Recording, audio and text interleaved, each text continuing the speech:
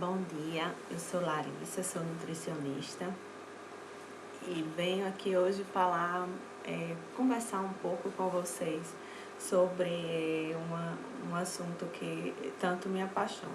Eu sou nutricionista, tá? Pós-graduada em nutrição clínica funcional e saúde coletiva. E quando nesse processo de estudo, eu conheci uma pessoa que foi bem importante para eu iniciar mesmo de verdade a estudar essa parte da nutrição e do idoso. Então eu conheci Vilani Nunes, ela é a coordenadora do projeto Longeviver da UFRN e já estamos juntas desde 2017. Já fizemos alguns trabalhos nas instituições de longa permanência. E se vocês quiserem ver, tá aí o Instagram, dá uma olhadinha lá, ok? E o que é que nós vamos falar hoje, né? Nós iremos abordar um pouco da senescência celular, né? Os fatores fisiológicos do envelhecimento, a senilidade, processo patológico, e os fatores que contribuem para o envelhecimento saudável, que é o mais importante. Vamos falar no idoso no geral, tá? Embora o projeto é mais voltado para o idoso institucionalizado, mas vamos falar um pouco do idoso no geral e vamos falar por todas as fases, inclusive antes de chegar à fase dos 60 anos, né, que a gente chama de idoso. E o que seria a senescência? A senescência é um processo natural, fisiológico, né? É uma defesa das nossas células, na verdade. Vocês podem ver aí esse xizinho, né, que é o nosso cromossomo, né, e ele carrega informações genéticas. E na pontinha do xizinho aí vocês podem ver que tem uma corzinha diferente, né? Que são os telômeros. O que são os telômeros? Algumas literaturas comparam os telômeros como aquela pontinha do cadastro do tênis, né?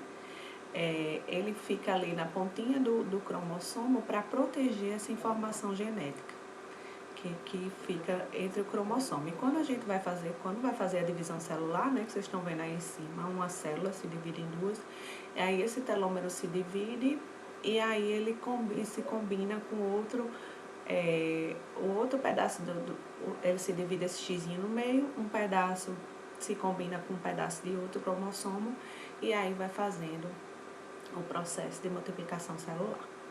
Né? Então, se vocês olharem aí esse segundo cromossomo, ele já tem uma partezinha branca no telômero, o terceiro tem uma parte maior branca, o quarto mais e o quinto praticamente não tem telômero. O que quer dizer isso? Né? Os telômeros, eles são marcadores bem importantes no estudo da fase idosa, né, no estudo do idoso, no estudo do envelhecimento, e no estudo de algumas doenças, certo? O que quer dizer essa figura? Essa figura, ela mostra que as nossas células, ela tem uma programação limitada de se multiplicar. Então, elas vão se multiplicando, quanto mais se multiplicam, mais vai diminuindo esse telômero, certo? E aí, a célula entende que quando ele já se multiplicou demais, né, quando esse telômero já está menor, vamos dizer assim, ela entende que essa célula ela está com algum defeito, algum probleminha, e aí ela sofre um processo de apoptose, algum processo imunológico, que essas células são, vamos dizer, renovadas, certo? Então, a senescência é uma parada do ciclo celular para evitar replicações de células danificadas, né? Então, o que é o câncer? O câncer nada mais é do que a multiplicação de células desordenadas, né? Então, nesse processo de senescência, ela vai corrigir essa célula. Quando ela percebe que essa célula está danificada, ela aciona o sistema imunológico e vai haver a correção desse dano, né, dessa célula. É o envelhecimento celular, né? A senescência é um envelhecimento celular e biológico. Então, os fatores estressores, nos fatores estressores agudos, as células são reparadas por agentes imunológicos, né? Como eu já tinha falado antes, e promotores de reparo. Então, se ocorre alguma coisa aguda ali, vamos dizer, alguma lesão, ou algum, puxando para o lado da alimentação, ou você consome algum alimento inflamatório e ali provoca algum tipo de inflamação ali aguda, o nosso sistema imune, ele vai corrigir isso aí, certo? Quando o estresse é crônico, né? Então, vai haver um aumento dos sinalizadores de inflamação crônica, né? Que aí paralisa esse ciclo mitótico, né? Esse ciclo de replicação celular. E vai se estabelecer como uma célula envelhecida. Então, o que são esses estresses crônicos, né? Os estresses crônicos, podemos dizer que pode ser também o consumo exagerado de alimentos industrializados, de embutidos, enlatados, o estresse mesmo do dia a dia, a exposição excessiva ao sol, diariamente, né, ou constantemente. Então, o estresse crônico, ele vai aumentar, né, essa inflamação, esse processo inflamatório, e aí essas células vão envelhecer mais rápido, tá? Então, o envelhecimento, como a gente já viu, é um processo natural e progressivo, né? As células, elas têm a programação de não se multiplicarem para sempre. Tem uma limitação dessa multiplicação, né? Isso aí também vai diferenciar de acordo com o tecido, certo? Se tem mais mitocôndrias naquele tecido, se é mais irrigado, há uma diferença aí nesse processo de senescência, de acordo com o tecido, certo? E nesse processo de envelhecimento, né, algumas literaturas botam 25, 30 anos, né, no início da nossa vida, a gente vai desde da concepção, a gente vai multiplicando as células e aí vai a criança e vai crescendo e vai multiplicando, e quando chega ali os 25, 30 anos, já começa essa parte do, vamos dizer, o envelhecimento. A gente já começa a ter algumas alterações fisiológicas e naturais, né? Isso depende muito, a gente vai ver mais na frente, depende muito de como a gente lida com isso durante toda a nossa vida. Então, alterações de um modo geral, certo? A OMS diz que tem alterações fisiológicas, né? Por exemplo, o cabelo que fica branco, a pele que fica mais ressecadinha e tem mais rugas. E a gente vai ver alguns processos fisiológicos na parte do sistema digestivo, né? Mais detalhado. Tem inúmeras alterações fisiológicas que a gente não vai entrar em detalhe em todas, mas vamos detalhar um pouco a parte dessa alteração fisiológica no sistema digestório. Tem também alterações psicológicas, né? Muitas vezes o idoso que é ativo, que trabalha, que é útil, de repente para de trabalhar e aí vem todas as questões psicológicas, né? A questão muitas vezes dos filhos que casam, que vão, né? Que vão cada um viver sua vida. E tem algumas grandes alterações em alguns casos grandes alterações psicológicas, em outros menos, mas essa alteração psicológica tem sim, até porque é um processo de maturidade, é outra fase da vida. Alterações econômicas também, né, com relação à idade, muitas vezes o idoso, quando ele se aposenta, muitas vezes perde alguns benefícios e aí diminui um pouco a renda, ou então aumenta os gastos com a parte da saúde, né? E também essa questão econômica hoje é muito discutido, se realmente os idosos estão só aumentando os gastos da saúde pública, ou se realmente, mas aí outros estudos mostram que esses idosos também contribuem para a economia, né? Muitos idosos a gente vê, pessoal mais humilde, muitos idosos sustentam a família com a única aposentadoria, né? Então, será que esse idoso está só dando prejuízo? Será que ele está contribuindo de alguma forma? Mas isso nós não vamos discutir detalhadamente hoje, ok? E tem as alterações também sociais, né? Muitas vezes esses idosos ficam mais vulneráveis, vão ficando mais dependentes e muitas vezes são até obrigados a sair de casa, né? De ir para as ILPIs, né? Porque não tem ninguém em casa que possa cuidar deles, os filhos, os netos trabalham e aí muitas vezes esse idoso é obrigado a ir para a instituição de longa permanência. E todo um fator social envolvido, né? Com relação à idade e às mudanças que a vulnerabilidade que desse idoso pode gerar, certo? E aqui nós temos algumas alterações mais específicas, né? Dessa parte digestória, né? Que é muito importante que nós, nutricionistas, possamos entender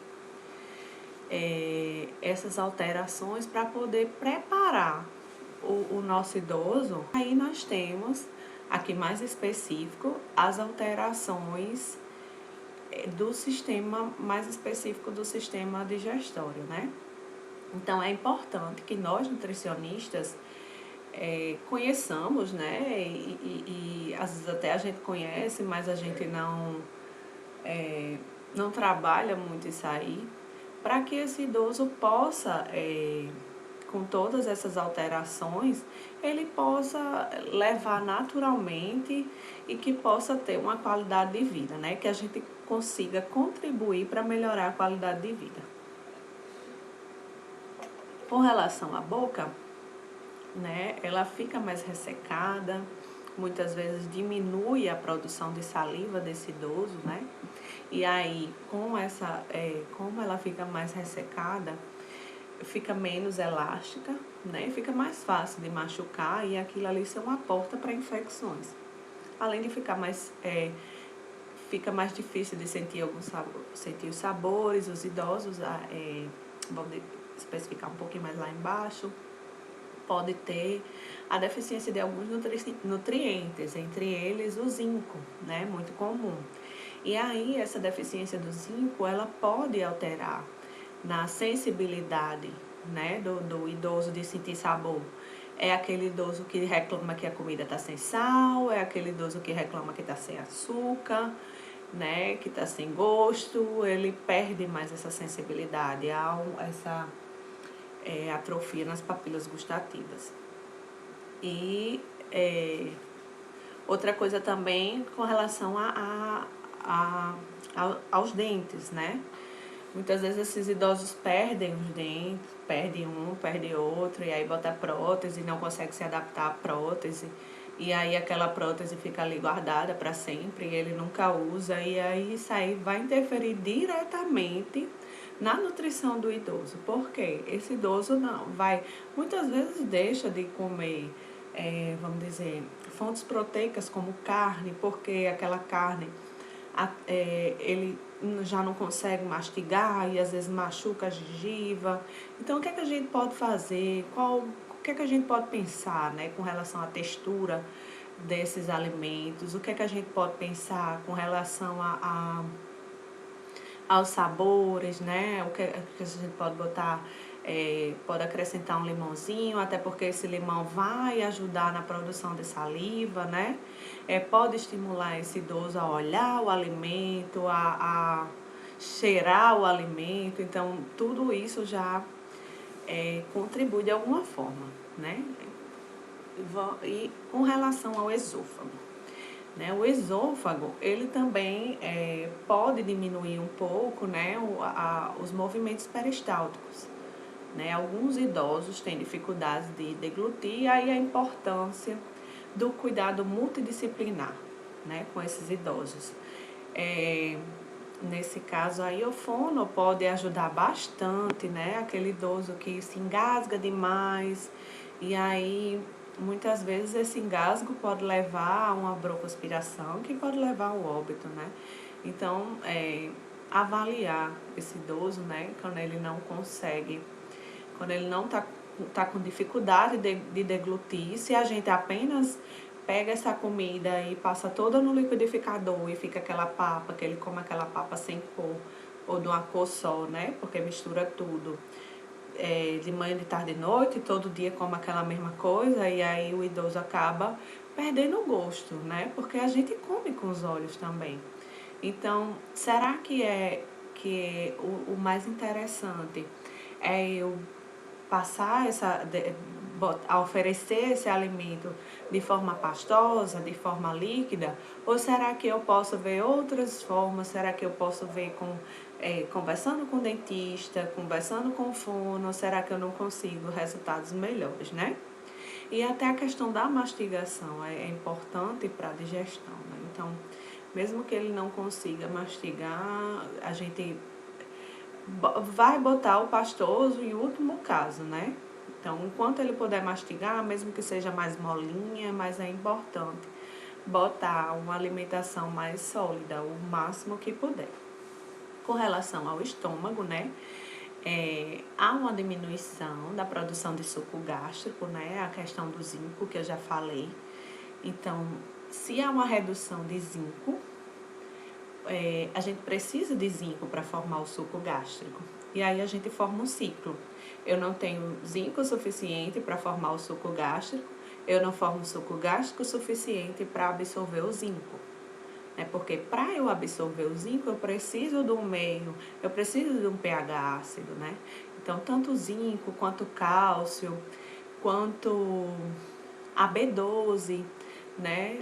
O ferro, são nutrientes que a gente pode ter prejuízo quando eu não tenho esse ambiente favorável para a digestão. E aí, como é que a nutrição pode ver isso aí, né? Então, a gente pode trabalhar com chazinho de espinheira santa 15 minutos antes das refeições, né? Para ajudar, a digestão. A gente pode trabalhar com limão. A gente pode verificar o que é que a gente pode fazer para contribuir para essa digestão, para melhorar essa digestão, não é?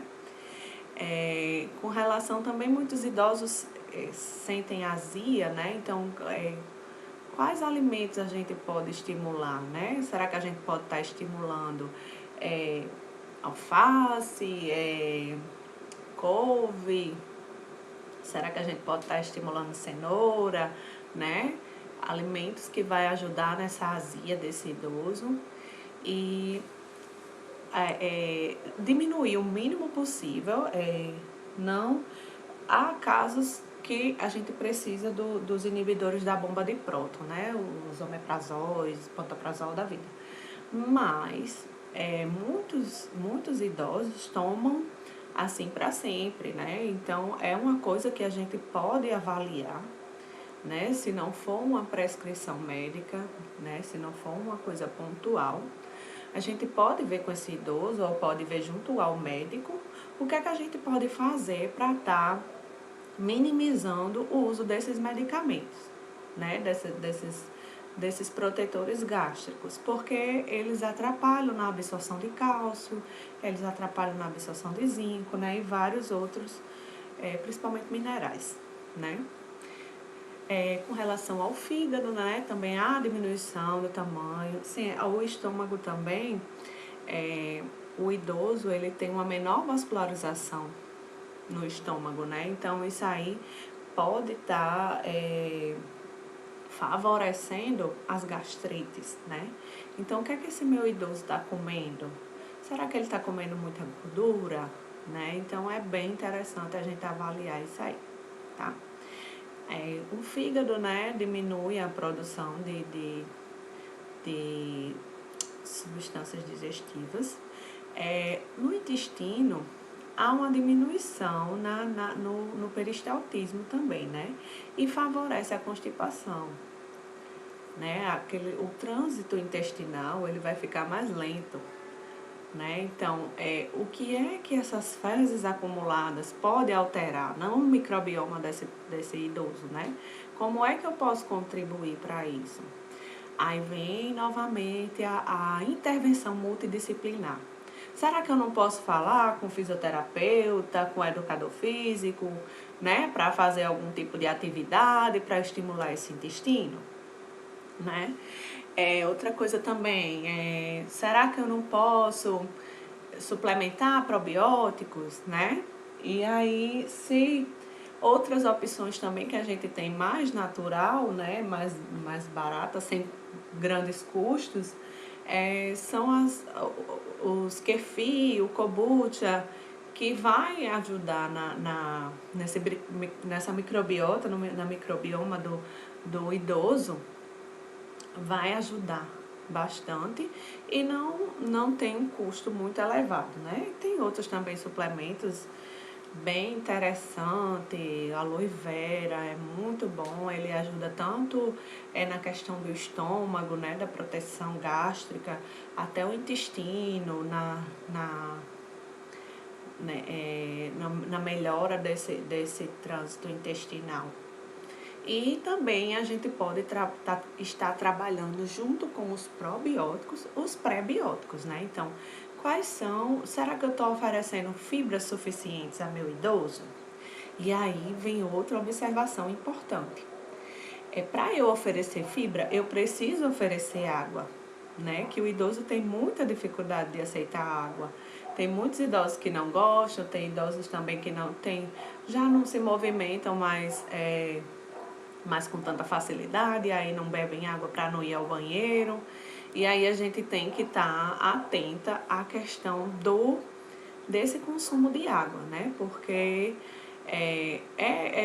a água o principal, um dos principais compostos do nosso organismo, né? Então, sem água, as reações químicas ficam difíceis, a digestão fica difícil,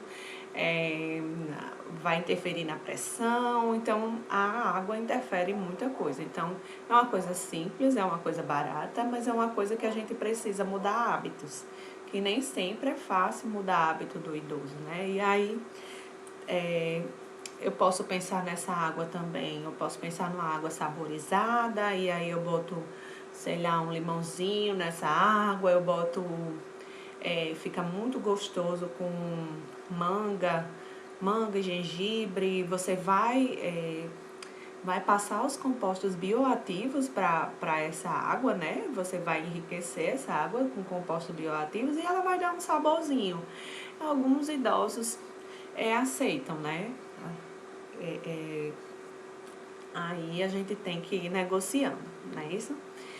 Com relação ao reto e o ânus, também pode haver a dificuldade no controle, né, dos esfíncteres, e pode haver perda de fezes sem a vontade do idoso. Algumas modificações, né, além dessas modificações no sistema digestivo, temos também, importante para a nutrição, as modificações na composição corporal.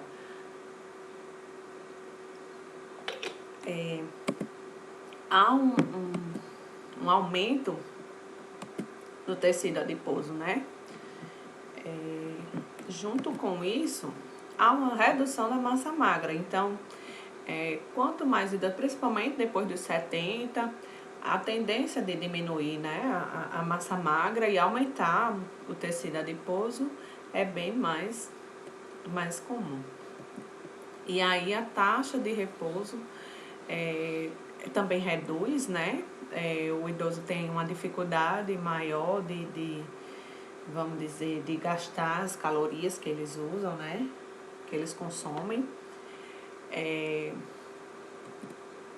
Há a perda da massa, pode haver uma perda da massa óssea, e aí mais um fator que a gente precisa observar como está favorecer a absorção do cálcio para esse idoso, né? Principalmente, voltando aqui, principalmente as mulheres, né? Então, pós-menopausa, né? Quando para o ciclo menstrual, há uma diferença, uma diferença hormonal que pode levar à perda da massa óssea. Então, a gente tem que ficar bem atenta às fontes de cálcio, né? Lembrando que leite é fonte de cálcio, né? Tem bastante cálcio, mas não só o leite, né? Porque todo mundo, quando pensa em fonte de cálcio, pensa em leite. Hoje a gente já sabe que os vegetais verde escuro, né? A rúcula, couve, brócolis, o próprio mastruz que a gente tem no quintal, bem fácil de pegar, eles são ricos eles têm cálcio, tem uma quantidade boa de cálcio, mas além do cálcio eles têm o magnésio, né? Então, para a gente botar o cálcio no osso, a gente também precisa do magnésio, não precisa só do cálcio, né? Então, esses alimentos, eles têm uma quantidade menor nessas folhas verdes escuras, principalmente as verdes escuras, porque um dos compostos da clorofila, né, que dá a cor verde, é o magnésio, né, que está dentro da célula. Então, esse magnésio, ele facilita a absorção do cálcio, né? E ele mantém o pH do nosso organismo mais favorável para que esse cálcio vá para o lugar que ele precisa ir, que são os ossos, certo? E na hora que eu consumo um alimento, vamos dizer, que altere meu pH sanguíneo, que deixa mais ácido o meu pH sanguíneo, por exemplo, refrigerantes, né, muito açúcar, essas bebidas açucaradas, o próprio leite, ele também dá uma acidificada no sangue. Então, esses alimentos, como eles deixam o pH sanguíneo um pouco mais alto, o organismo ele tende a fazer essa compensação, né? Então, faz o sistema tampão e aí, muitas vezes, ele não... ele deixa esse cálcio no sangue, que é para equilibrar esse pH do sangue e deixar esse sangue mais básico, que o nosso sangue não pode ficar ácido. Então, na hora que eu consumo um alimento que vai equilibrar o pH do meu sangue, para que esse cálcio possa ir para o lugar que ele tem que ir, né, que são os ossos, é bem mais interessante, né?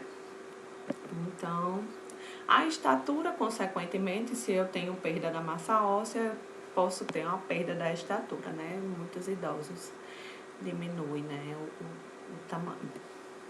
E com relação ao peso, aí o peso nós temos dois problemas, né? Temos a obesidade e temos a desnutrição. A obesidade, né, o idoso ele baixa essa taxa do metabolismo de repouso, né? Ele aumenta esse tecido adiposo e muitas vezes ele fica, ele diminui a sua atividade. É um idoso que passa o dia sentado ou deitado e aí tende a engordar, e aí esse ganho de peso ele pode levar a outras doenças crônicas, né? Como hipertensão, diabetes, as dislipidemias, né? Então, é um problema, né? O idoso que aumenta muito de peso. Mas, por outro lado, a gente também tem que se preocupar com cada quilo que o idoso perde. Por quê? Depois tô sempre falando assim, depois dos 70, porque os estudos mostram que os idosos de 80, eles têm mais, são mais vulneráveis, né?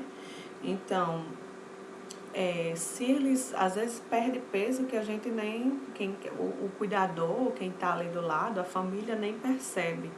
E aí, quando a gente tenta fazer alguma coisa, esse idoso já debilitou muito, já perdeu muito peso, já, às vezes, quando é acamado, já fez até alguma lesão por pressão, né? Que é a antiga escara de decúbito.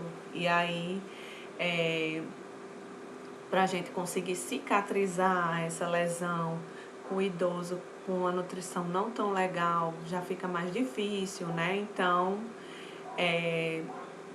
a gente tem que cuidar e tem que estar observando esse peso desse idoso, né? Tanto para mais quanto para menos, certo?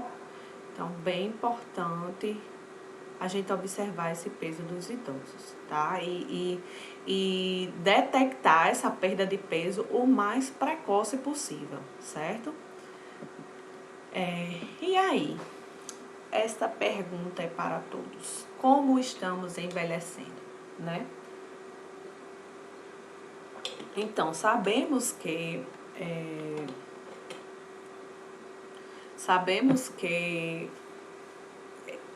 estamos vivendo mais, né? E aí, mais uma pergunta, né? Como estamos envelhecendo? Então, os estudos mostram que, né, a piramidezinha mudou, agora nós temos bem mais idosos do que crianças, do que jovens, né? A pirâmide está ficando ao contrário, isso aí é bem antigo, bem batido. E que pela tecnologia da ciência, estamos vivendo mais. Mas será que estamos envelhecendo com qualidade, né? Será que nós nos preocupamos com como eu vou estar daqui sei lá, a 30 anos, a 40 anos? Será que eu me preocupo com isso, né? Então, será que eu estou envelhecendo depois que eu estou com 60 ou será que eu preciso pensar nisso desde que eu nasci, né? Aí a gente lembra da questão dos telômeros, que é um importante marcador do envelhecimento, né? Então, vamos falar um pouco da senilidade. Então, falamos da senescência, né? Que a senescência é um processo natural e fisiológico, né? Que é vamos dizer assim, é uma proteção, né, da célula para o nosso organismo, para que não se multiplique células danificadas. E aí vem a senilidade. O que seria a senilidade? A senilidade é um processo patológico do envelhecimento. Não é obrigado, porque a gente envelhece, a gente precisa adoecer, né? Então, a gente sabe que tem aquelas várias alterações que a gente já conversou. Mas se a gente se prepara para essas alterações, a gente não precisa adoecer, né? Então, eu conheço pelo menos idosos de 70 anos que não tomam medicação, que não são hipertensos, que não são diabetes, mas a maioria, né, a grande massa, sempre tem alguma comorbidade associada. E aí a gente já viu que a inflamação crônica, né, que ela acelera esse processo de envelhecimento e ela é a principal base para a promoção do envelhecimento patológico, né? Então, se eu me exponho sempre a agentes estressores, a gente vai conversar um pouco mais na frente sobre isso. Se eu estou sempre me expondo a agentes estressores, é muito mais fácil que eu tenha alguma comorbidade associada, né? Por exemplo, nós hoje sabemos, antigamente se dizia, eu tenho diabetes porque minha mãe tem diabetes, minha tia tem diabetes, minha avó tem diabetes, e aí eu tenho diabetes, né? Então, falava-se muito nas doenças por processos de genético. Diabetes, eu tenho diabetes porque é genético, minha família toda tem. Mas aí com o tempo, né, foi se estudando e foi vendo que muitas vezes eu tenho diabetes, minha mãe tem diabetes, minha tia tem diabetes, porque nós temos os mesmos hábitos, né? Então nós gostamos de fazer, lembrando agora da época do São João, que a gente passou dentro de casa, mas tudo bem. Ai, a gente gosta de fazer aquela canjica, né? E todo mundo se empanturra de canjica, com muito açúcar, com muito milho. E aí, eu sempre faço aquele bolo e eu como muito bolo. E essa receita que era da minha avó, da minha tia. E aí, às vezes, eu tenho os mesmos hábitos da minha família. Então, né, hoje nós sabemos que tem o fator genético, mas também tem o fator epigenético, que é muito mais responsabilidade nossa do que a informação que os nossos pais mandaram para nós a nível genético, né? Então, se eu tenho uma predisposição a ter diabetes, mas aí eu tenho todo um controle de atividade física, de alimentação saudável, de o fator psicológico, né, de não me estressar, de ter uma vida mais regrada, eu posso inverter isso aí e não obrigatoriamente eu estou fadada a ter a diabetes, né? Então, a epigenética ela veio bem para acordar a gente para a nossa realidade de que nós somos responsáveis pela nossa saúde, né? Então, a minha saúde daqui a 10 anos, ela é dependente do que eu estou fazendo hoje, né? E nós, como profissionais da saúde, precisamos, precisamos incorporar esses hábitos, né? Eu sei que não é tão fácil, mas a gente precisa incorporar, a gente precisa passar para os nossos pacientes, a gente precisa mostrar com atitudes, a gente precisa mostrar com o exemplo, né? Que comigo funciona. E aí, eu sei que comigo essa fase foi difícil. E aí eu passo para o meu paciente, olha, essa fase foi difícil, mas eu fiz assim e deu certo. E quando a gente ensina com exemplo, é muito mais fácil de quem está ouvindo absorver e de aderir, né? Então, eu sou muito, eu sou bem assim quando tem eventos na saúde pública, né? Que tem aqueles grupos, né? E aí na unidade de saúde, aí você bota o coffee break, aí bota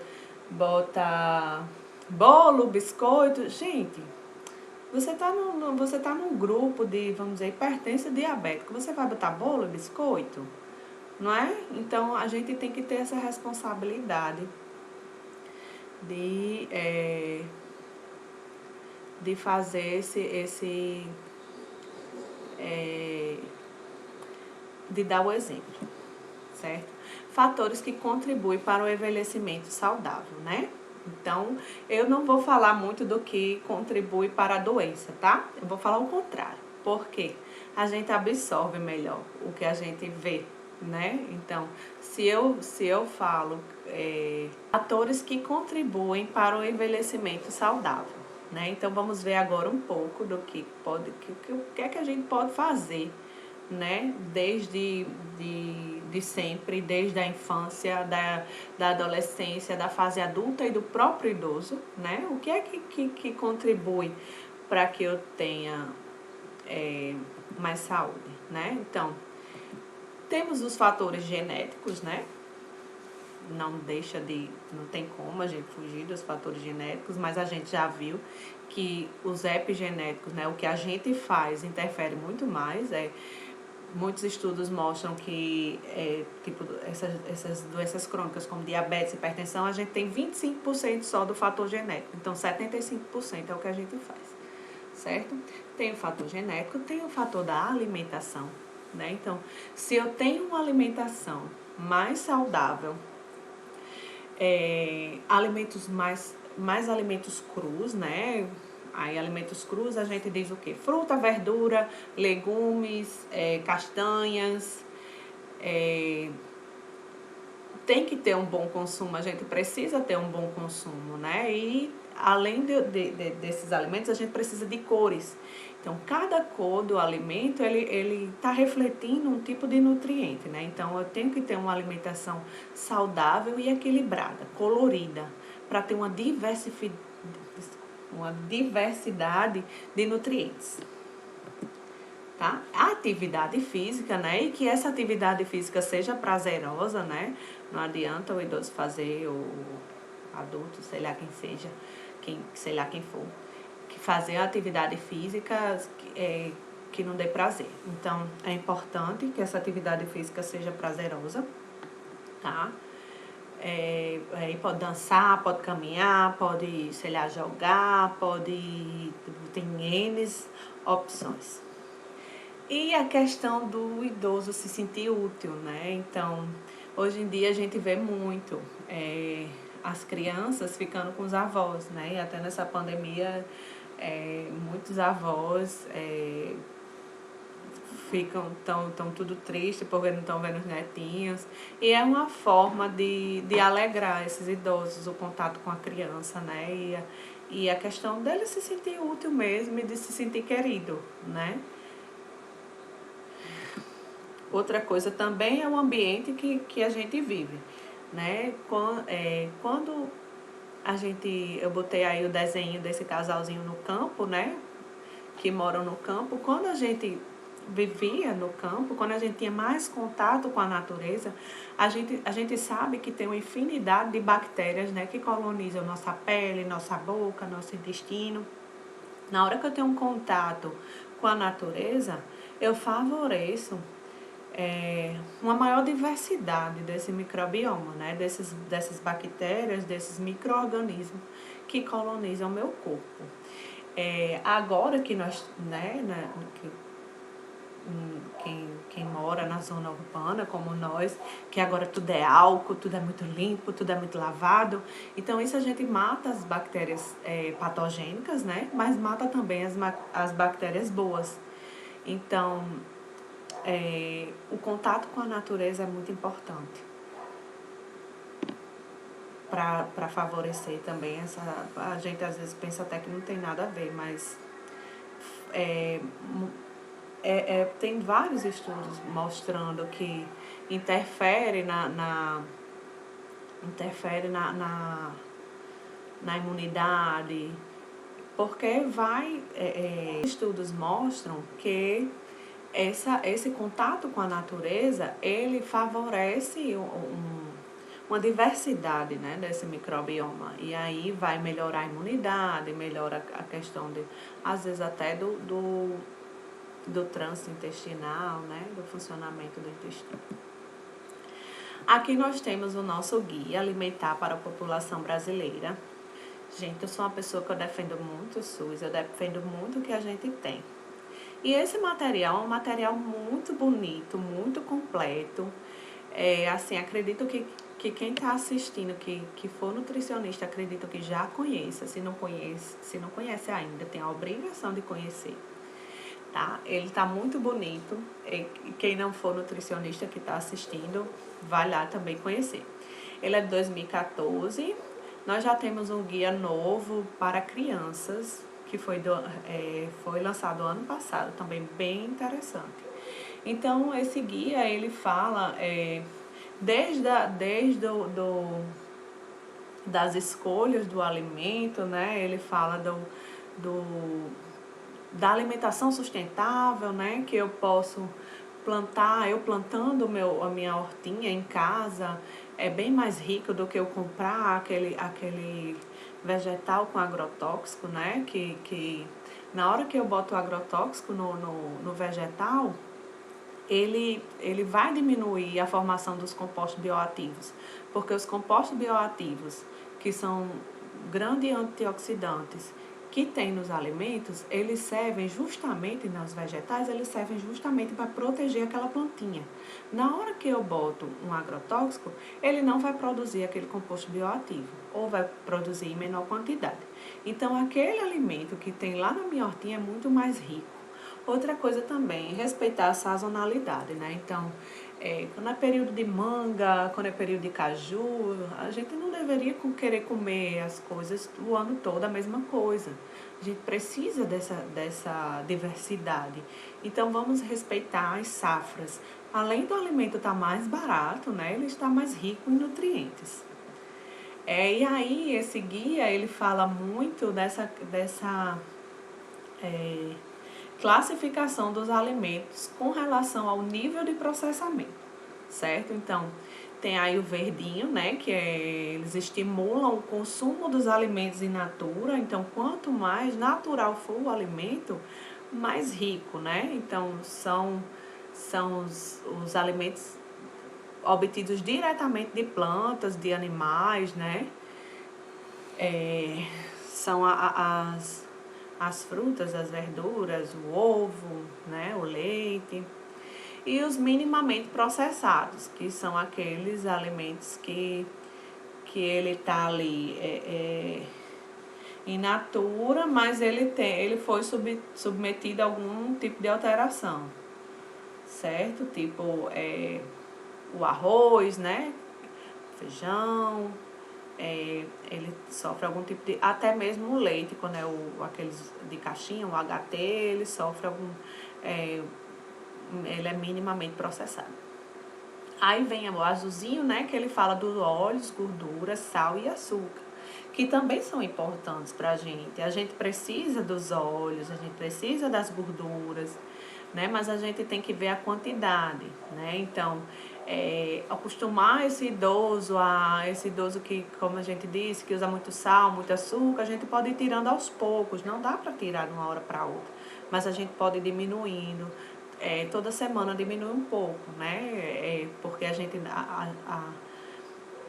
as células da nossa língua, né, que tem as papilas gustativas, elas são trocadas, uma média, semanalmente. Então, se toda semana eu diminuo, se eu uso 3 colheres de açúcar no suco, por exemplo, cada semana eu posso diminuir meia colher até chegar a uma, né? Então, a gente pode usar estratégias desse tipo, certo? Mas que são importantes também, o azeite, né, a boa gordura, a gordura do coco, a gordura do abacate, a gordura dos peixes, certo? Da linhaça, né, o ômega 3 da linhaça, da chia, são bem importantes. Temos também os alimentos processados, tá? Que eles são produtos, né, o laranjinha aí, são produtos fabricados, com alimento in natura ou minimamente processado. Por exemplo, o pão, o queijo, né? O pão, ele pega a farinha de trigo, né? Processa o trigo em farinha e aí, com poucos ingredientes, ele faz esse pão. O queijo também, né? Que vem do leite. Alguns enlatados, né? Por exemplo, a sardinha enlatada. A sardinha enlatada, até a diquinha aí, é mais interessante você comprar a sardinha em óleo, tá? Do que em água. E não usar aqueles molhinhos, aquela sardinha em molhinho, a gente despreza, tá certo? O que tem ali. Em óleo por quê? Porque ela vai pegar, ela tá em contato com aquela lata, né? E aí a gordura, ela absorve muito esses que a gente chama de xenobióticos, que são compostos que não são compostos que o nosso organismo entende como alimento, e eles provocam inflamação. Então, quando ela é em água, esses compostos da latinha vai todo para a sardinha, para o peixe. Quando é em óleo, a gente consegue desprezar mais, tá certo? No óleo. E os alimentos ultraprocessados. Esses alimentos não devem ser consumidos, certo? Se forem consumidos, esporadicamente, muito raramente. Só por idosos, Larissa? Não. por ninguém, nem por idoso, nem por criança, nem por adulto, nem por jovem. Não deve ser alimentos consumidos, porque são alimentos processados, certo? Geralmente a gente vê muitos ingredientes, né? A gente tem que aprender a ler rótulo. Quando a gente lê rótulo, o primeiro ingrediente é o que tem mais. Então, e quando a gente vê aqueles nomezinhos que a gente não entende, né? Então, possivelmente são aditivos químicos, e esses aditivos químicos contribuem bastante para a inflamação, para o aumento da inflamação, certo? E a água, né? Então, não adianta eu ter uma alimentação variada, né? Eu ter vários tipos de nutrientes obtidos dentro da minha alimentação. Sim, gente, lembrando também dos chás, tá? A gente pode introduzir também os chás para o idoso, para a criança, para todo mundo. Aproveitar os compostos bioativos desses chás, tá certo? Então, eu posso ter uma alimentação variada e não bebo água. E aí, eu preciso da água para fazer as reações químicas. Então, sem a água, eu não consigo fazer as reações químicas. Então, gente, é muito importante estar oferecendo essa água. E, sei lá, se for um idoso, a pessoa que cuida, baixa um aplicativo, bota um quadrinho para marcar quantas vezes deu água, mas é importante que a gente mensure quanto de água que a gente oferece para esse idoso, tá certo? E se é adulto, tem aplicativo de celular, tem N ferramentas que podem contribuir. Tem a garrafinha, eu gosto de usar a garrafinha porque eu tenho noção de quanto que eu bebi de água, né? Se eu bebi pouco, se eu bebi muito. Eu gosto bastante de usar a garrafinha. Então, gente, é isso aí, certo? Aqui está a referência, algumas das referências que eu usei, tá? Essa última é um livro muito bom, tá? Nutrição Funcional. É um livro bem novo, bem atualizado, bem interessante esse livro para vocês que são nutris e que trabalham com idosos. Não é propaganda não, tá, gente? Tô ganhando nada com isso não, é só uma indicação. Ele é muito bom.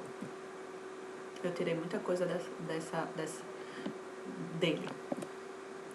E aí, né, eu adoro essa frase de Hipócrates: faça do seu alimento o seu medicamento, né? Então, a gente precisa ter a consciência de que se o que está acometendo, né, essas pessoas mais idosas são as doenças crônicas, decorrente da alimentação, principalmente da alimentação, né, a diabetes, a hipertensão, a gente sabe que tem relação direta com a alimentação. Então, como é que eu posso evitar, ou curar, ou minimizar a medicação, ou minimizar o agravamento dessa doença crônica? Então, eu tenho que mudar meus hábitos alimentares, né? Não dá mais, a gente já sabe os alimentos, nós já sabemos, todos já sabem os alimentos que são importantes, né? Então, vamos focar no que... Bota meta, gente, bota meta. Eu preciso comer tantas frutas, eu preciso oferecer tantas frutas ao meu idoso. Nas instituições de longa permanência, a gente precisa estimular o consumo de frutas e verduras, embora seja mais trabalhoso, mas a gente precisa conscientizar esses idosos, conversar com eles sobre a importância desse consumo, né, dos alimentos mais saudáveis. E aí tirar, gente, eu acho que é uma coisa que tem que ser esporádica, um biscoito, uma coisa, mas eu vou tirar o prazer Não é tirar o prazer. Você pode ter, todo dia ele consome os alimentos saudáveis, e aí, sei lá, no final de semana ele consome aquela baganinha que ele gosta, né? De acordo com o que ele pode. E é isso aí. Eu espero que tenha contribuído, tá? Outra coisa também bem importante que eu gosto de estimular, principalmente nas ILPIs ou em casa mesmo, são as hortinhas, né? Porque o idoso, se ele tem uma independência, ele vai estar cuidando daquilo ali, ele vai estar se sentindo útil, ele vai estar regando, ele vai estar se preocupando com aquilo ali e ele vai estar se alimentando vai economizar, né? Porque não vai precisar gastar. E ele vai estar enriquecendo nutricionalmente, né? O seu organismo. Então é isso aí. Espero que tenha contribuído, certo? Para vocês. E até a próxima.